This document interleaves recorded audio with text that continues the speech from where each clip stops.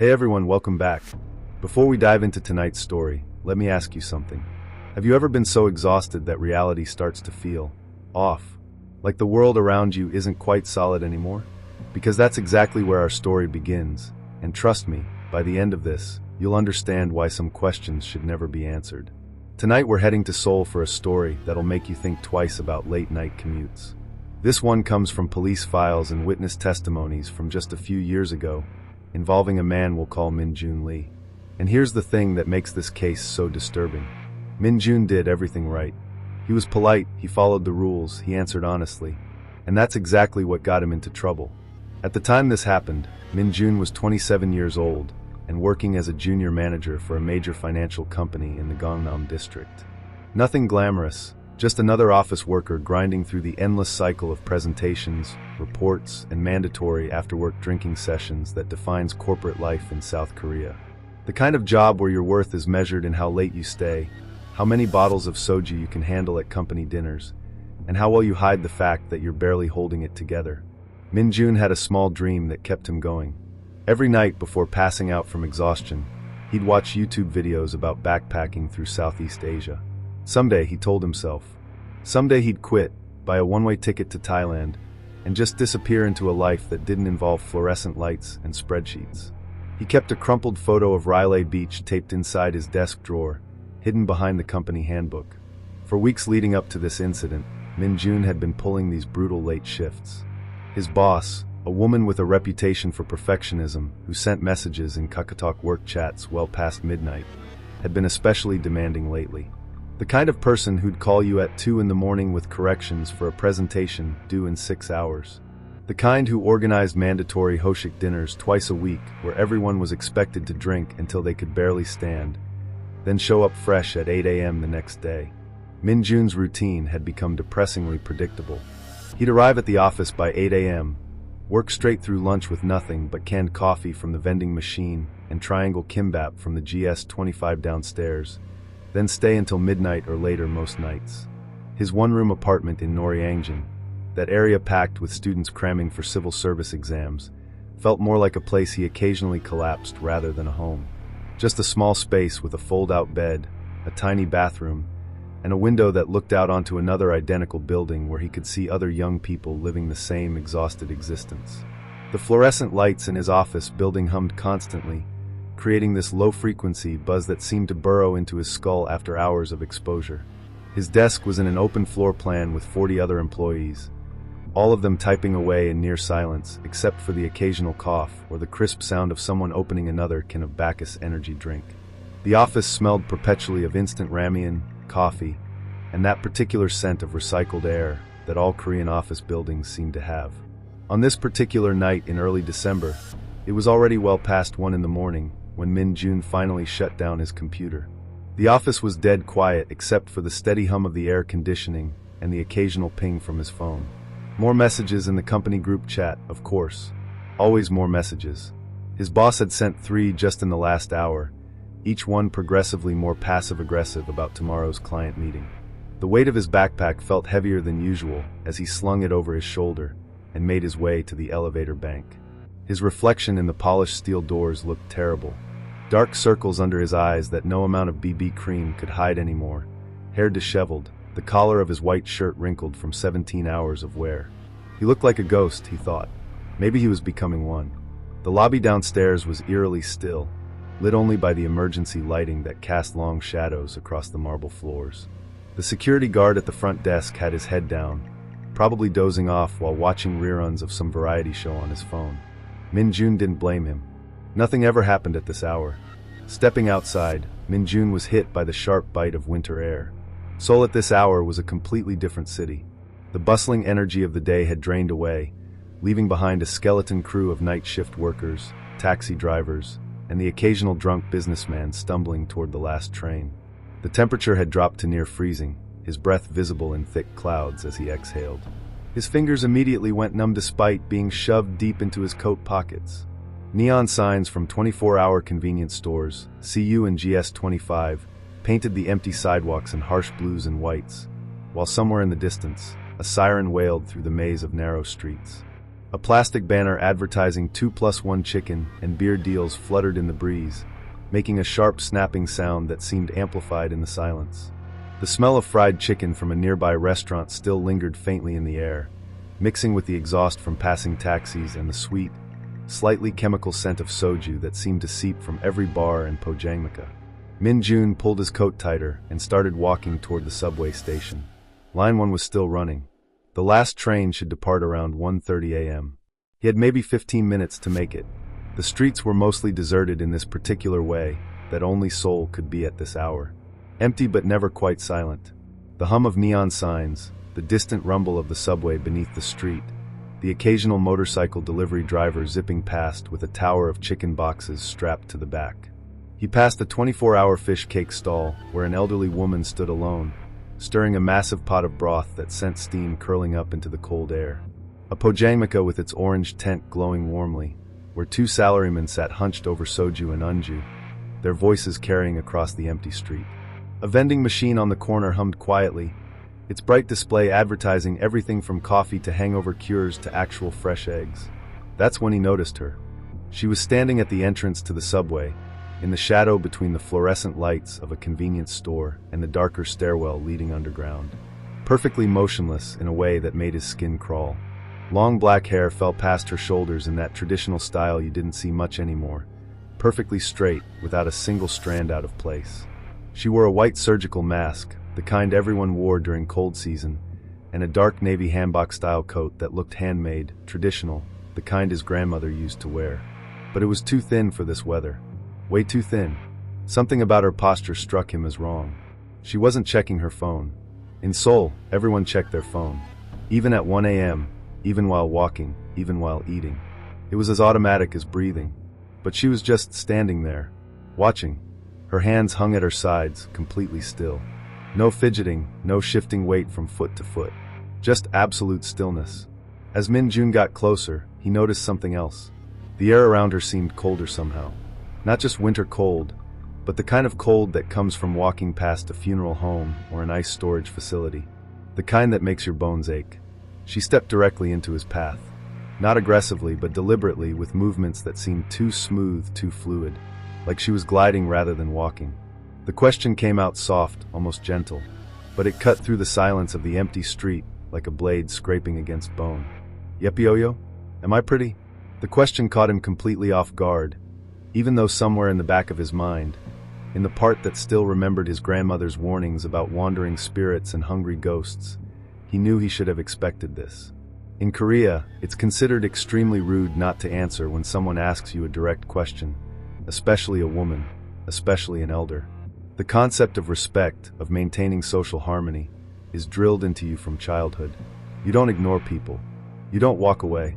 You answer politely, even when every instinct is screaming at you that something is catastrophically wrong. And right now, every instinct was screaming, but his ingrained politeness kicked in anyway. Years of bowing to superiors, of never contradicting his boss, of swallowing his pride at Hoshik dinners while older colleagues poured him shot after shot of soju. All of that training took over. "Nah, yepisio," he said, his voice coming out slightly strained. "Yes, you are pretty." The woman tilted her head slightly, considering his answer. Her movements were wrong. Too smooth. Too deliberate. Like a puppet being controlled by invisible strings, or like someone who had forgotten how real humans moved and was trying to imitate it from memory. Then, with deliberate slowness, she reached up with pale, thin fingers and pulled down her surgical mask. Min-jun's breath caught in his throat. His vision seemed to narrow, tunneling down to just her face, just that impossible thing where her mouth should have been. Where her mouth should have been was a gaping wound that stretched from ear to ear, glistening wet and raw in the harsh light from the convenience store behind him. It wasn't a mouth anymore. It was a grin carved into flesh, too wide for any human face, revealing rows upon rows of teeth that seemed to go on forever, descending back into her throat in impossible spirals. The edges of the wound were ragged, the skin around it scarred and puckered like it had been cut and healed and cut again over decades, maybe centuries. But the wound itself seemed fresh, still wet with something dark that might have been blood, or might have been something worse. The smell hit him then, metallic and sweet, like the copper tang of blood mixed with the cloying sweetness of funeral flowers, and underneath it all, something rotten. Something old. The smell of meat left too long in summer heat. The smell of the Han River at low tide mixed with the chemical sweetness of embalming fluid. Jaigiam du yepioyo? Am I still pretty? And somehow, impossibly, the voice was coming from that wound. Clear and distinct, almost musical, as if nothing had changed. As if her face wasn't split open in the most grotesque way imaginable. The sound seemed to come from everywhere and nowhere, vibrating through his bones rather than traveling through the air. Minjun felt his legs go weak. Every fiber of his being screamed at him to run, but he couldn't move. His throat felt like it was closing up, his heart hammering so hard he could hear it in his ears, drowning out the hum of the city.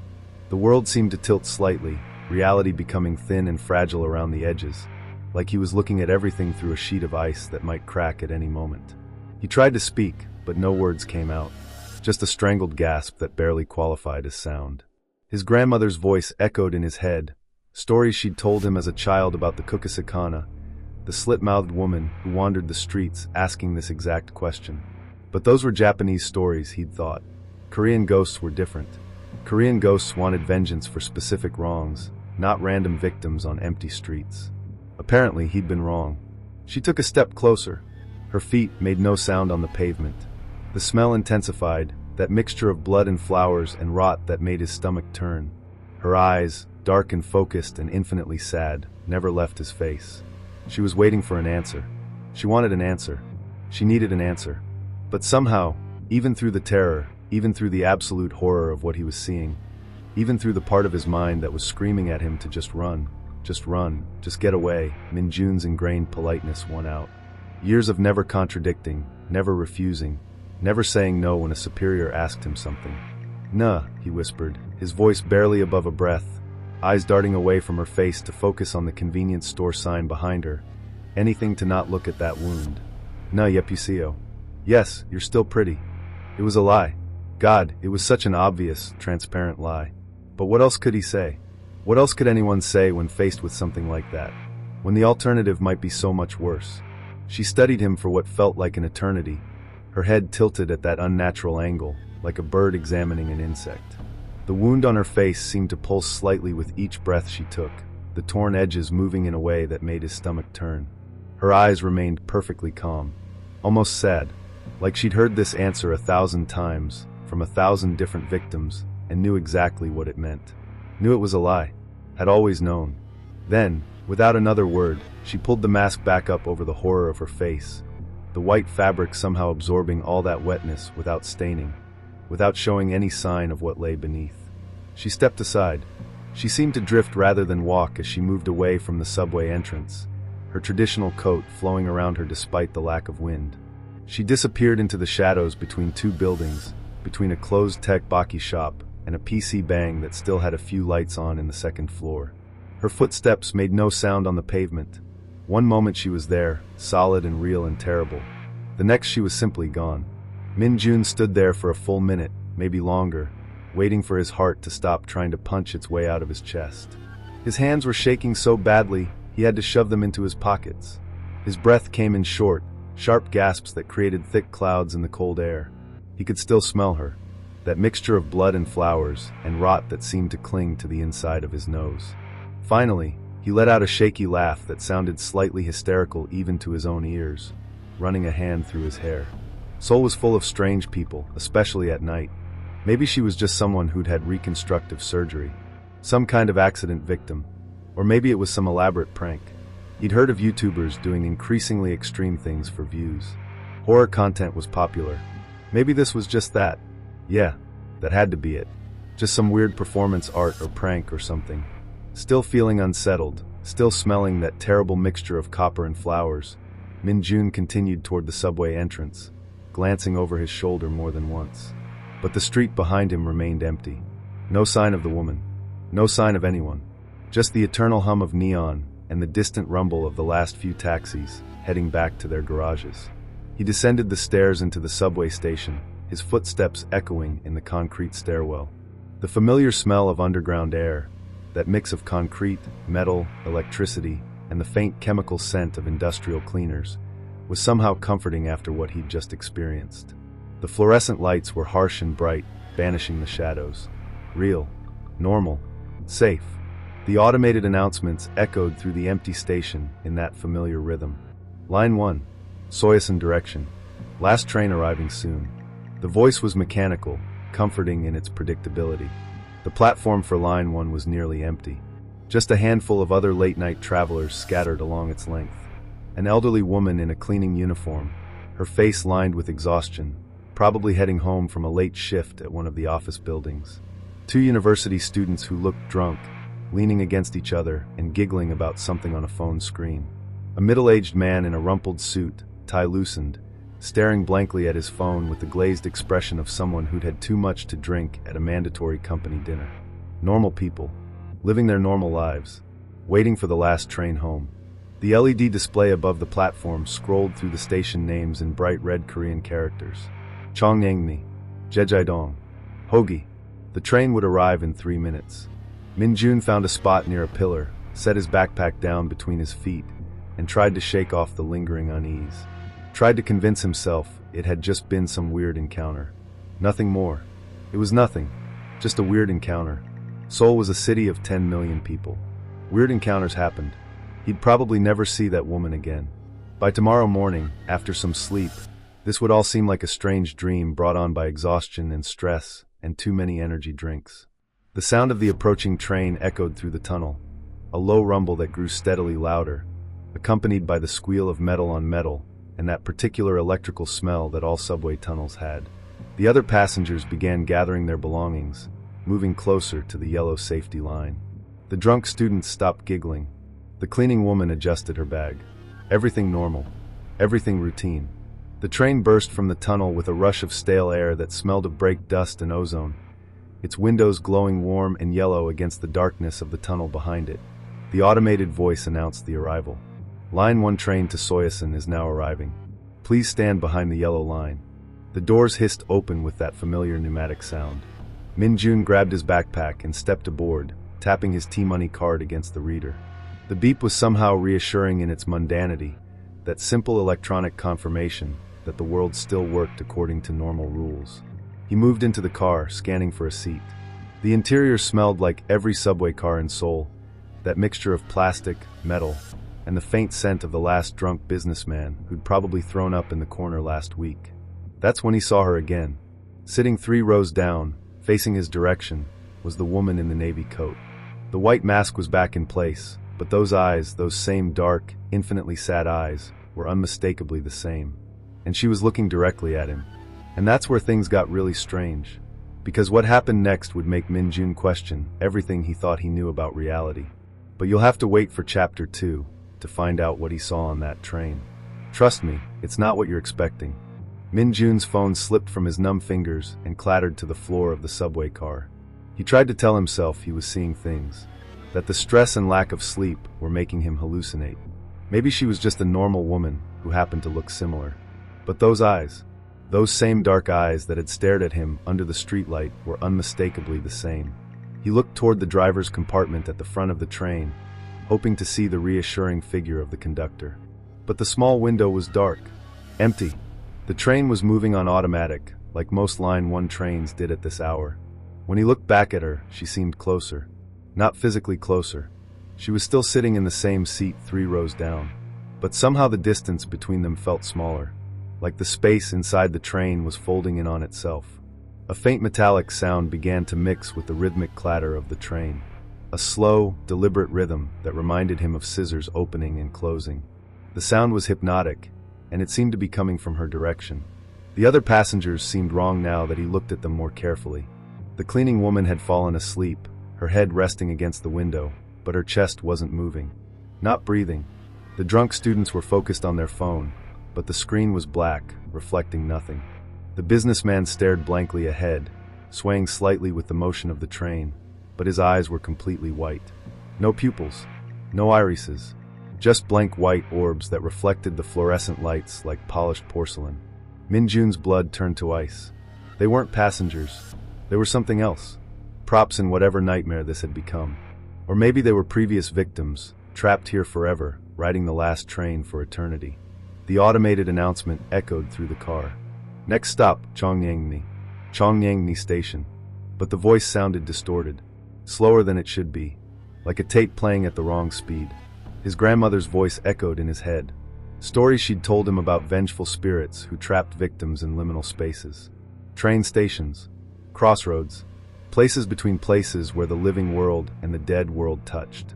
If you see something impossible, she'd said, don't acknowledge it. Don't interact. Break the pattern. Spirits feed on expected behavior. The train began to slow, brakes squealing. This was his chance. He could get off. But would getting off break the pattern or play right into it? The metallic sound grew louder, more insistent. As the train pulled into Cheongnyangni Station, Min-jun made a decision. He stayed in his seat, gripping the metal pole so hard his knuckles turned white. Don't run. Running is what she expects. His grandmother always said spirits fed on fear, on predictable reactions. If everyone who encountered her ran, then staying might confuse her, might buy him time. The doors opened with their familiar hiss. She stood up, slowly, deliberately, the white mask still in place, but he could see her head tilt, questioning. Why wasn't he running? Her movements became jerky, uncertain, like a video glitching, like she was adjusting to something unexpected in her script. The seconds ticked by. The doors stayed open. No closing chime. No automated warning. The station outside was completely empty, the platform lights flickering in a rhythmic pattern that made his eyes water. Then Min-jun saw something that made his decision for him. On the station wall, spray painted in what looked like dried blood, were words in Korean and a tally of marks. He couldn't read all of it, but he could count. 4 marks. And beneath them, in English that someone had obviously added for foreign workers. For deaths here this year. Cheongnyangni Station. He remembered now. The news reports his co-workers had whispered about during lunch breaks. For suicides on the tracks in the past 6 months. But the strange thing was, none of them had left notes. None of them had shown signs of depression. They just stepped in front of trains. People said the station was cursed. That something hunted there.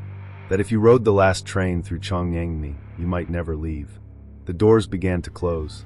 She was still standing, still watching him through the window.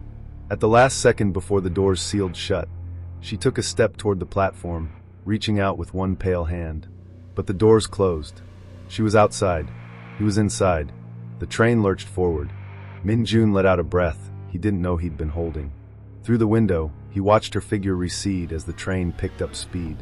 She stood perfectly still on the platform, that white mask staring after him, growing smaller and smaller until the tunnel swallowed the train and she disappeared into darkness. He'd done it. He'd broken the pattern. Stayed when she expected him to run. The other passengers in the car flickered once, twice, like old television static, and vanished, leaving behind only empty seats and the faint smell of incense you'd find at a funeral. He was alone now, truly alone. Just him and the empty subway car rattling through the tunnel. The automated announcements resumed their normal speed and tone. Next stop, Jejaidong. Transfer available to. Normal. Everything was normal again. Min-jun grabbed his backpack and moved to the doors, ready to get off at the next station. Any station. Just to be off this cursed train line. His hand shook as he checked his phone. 2:17 a.m. He'd get off, find a taxi, pay whatever it cost to get home. Maybe stop at a convenience store first. Buy some soju. He needed a drink. The train pulled into Jejaidong Station. The doors opened. Min-jun stepped onto the platform. It was empty, but it felt real. The air smelled normal, like concrete and cleaning chemicals, and the faint odor of someone's discarded fried chicken. The lights were steady, bright, almost painfully normal after the flickering horror of Cheongnyangni. A few posters advertised cell phone plans and English academies. Real things. Normal things. A digital clock on the wall showed the correct time. He walked toward the exit, his footsteps echoing normally. No wet dragging sounds. No rhythmic scraping. Just his own shoes on tile. At the turnstile, he tapped his card. The reader beeped. Accepted. He pushed through and headed for the stairs to street level. Almost out. Almost home. Maybe he'd go to his parents' place instead. Sleep on their couch. He didn't want to be alone tonight. That's when he felt the weight shift in his backpack. It was heavier now. Significantly heavier than it should be. Like someone had added something while he wasn't looking. Something substantial. Min-jun stopped halfway up the stairs. Every instinct screamed at him not to look. Just keep walking. Get outside. Go home. Forget all of this. But his hands were already moving, pulling the backpack around, unzipping it with shaking fingers. Inside, carefully placed on top of his laptop, was a pair of long surgical scissors. Old ones, the metal tarnished and stained with rust or something darker. And wrapped around the handles was a white surgical mask, the elastic bands tied in an intricate knot that looked almost ceremonial. He didn't touch them, didn't need to, because he could smell it now. That mixture of old blood and funeral flowers seeping from his backpack, filling the stairwell with its cloying sweetness. Written on the mask in something rust-colored were 3 words in English. "See you home." Min-jun's hands went numb. The backpack slipped from his fingers and tumbled down 2 stairs before catching on the railing. The scissors slid out, clattering on the concrete steps with sharp, ringing sounds that echoed through the empty stairwell. He looked up toward street level. Just 10 more steps. 10 more steps to the outside world. Behind him, from deep in the station below, he heard the wet sound of something dragging across tile. Getting closer. Steady. Inevitable. The fluorescent lights began to flicker in sequence, darkness climbing up the stairs toward him. Min-jun ran. He took the stairs 3 at a time, burst through the exit doors and into the frozen December night. The street was still empty, but it felt real. A taxi passed by, its yellow light glowing like a beacon of normalcy. The neon signs of closed shops hummed their eternal song. Real. Safe. He could flag down the next taxi. Get out of here. He stood there, gasping for breath, his backpack abandoned in the station behind him along with everything it contained. His laptop with all his work, his files, his wallet, his building access card. He didn't care. Let it all burn. He wasn't going back. The street was quiet except for his ragged breathing and the distant hum of the city that never quite slept. But as the adrenaline began to fade, as his heart started to slow from its panicked sprint, Min-jun realized something that turned his relief into a new kind of horror. He'd just given her his address. His wallet was in that backpack. His ID card with his home address printed right on it in clear Korean and English. His building pass with his apartment number. His keys with the little plastic tag that had his unit number written in his own handwriting. She knew where he lived. His exact floor.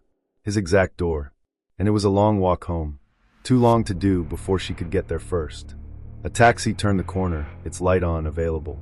But Min-jun stood frozen on the sidewalk, watching it pass. Because suddenly he wasn't sure what was worse. Going home where she knew he'd be. Or staying out here in the empty streets until dawn. Either way, he had the terrible feeling that his choice didn't matter anymore. She'd already decided how this would end. Min-jun didn't take the taxi. Instead, he did something that would have seemed insane just hours ago. He walked to the nearest 24-hour PC bang, that distinctly Korean internet cafe that stayed open all night for gamers and people with nowhere else to go. The neon sign buzzed overhead, casting everything in electric blue. Inside, the air smelled like instant ramen, energy drinks, and the electronic hum of 50 computers running simultaneously. The attendant barely looked up when Min-jun paid for a station. Just another salaryman avoiding going home. Nothing unusual about that in Seoul. Min-jun sat down at computer 23, tucked in the back corner where he could see both exits. His hands were still shaking as he pulled up a search engine and typed, "Cheongnyangni Station deaths slit-mouthed woman." The results came faster than he expected. Forums, news articles, blog posts from paranormal investigators. All of them told variations of the same story. A woman who appeared on the last trains. Always asking the same question. Those who ran ended up on the tracks. Those who answered honestly but ran anyway disappeared entirely. 4 confirmed deaths this year alone. But the reports went back decades. Different names, different faces, but always the same pattern. And then Min-jun found something else. A post from 3 months ago, written by someone named Kim Tae-hyun. The post was titled, "I survived her. This is how." His heart pounding, Min-jun read, "If she finds where you live, don't go home.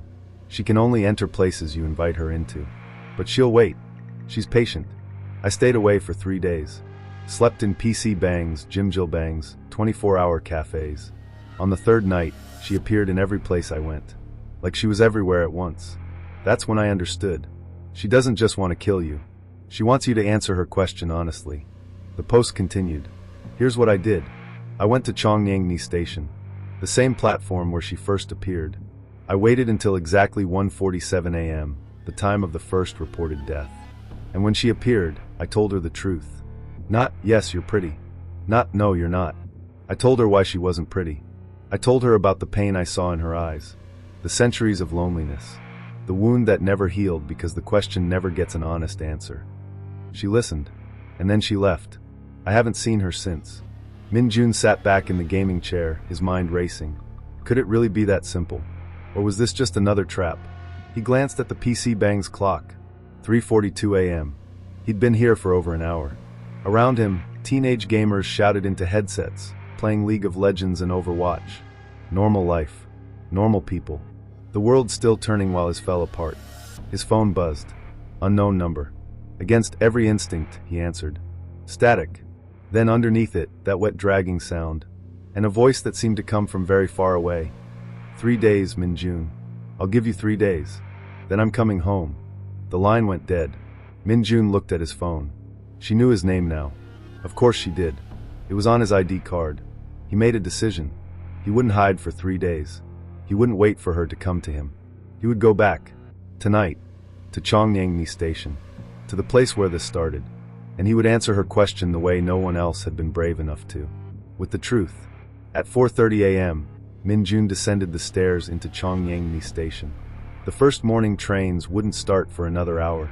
The station was completely empty, lit by flickering fluorescent lights that cast everything in harsh shadows. He walked to platform 2, the one where the deaths had happened, where the spray-painted warnings still marked the walls.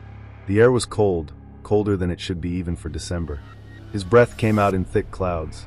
He didn't have to wait long. She appeared at the far end of the platform, not walking, not floating, simply there, as if she'd always been there and he'd only just noticed. The white mask, the navy coat, the long black hair. She moved toward him with that same gliding motion, her feet making no sound on the platform. Min-jun stood his ground. His heart was hammering, every instinct screaming at him to run. But he stayed. She stopped 3 feet away, close enough that he could smell that terrible mixture of old blood and funeral flowers. Close enough to see the sadness in her eyes. Am I pretty? She asked. Min-jun took a deep breath. You were, he said quietly. Before someone hurt you. Before someone carved that wound into your face.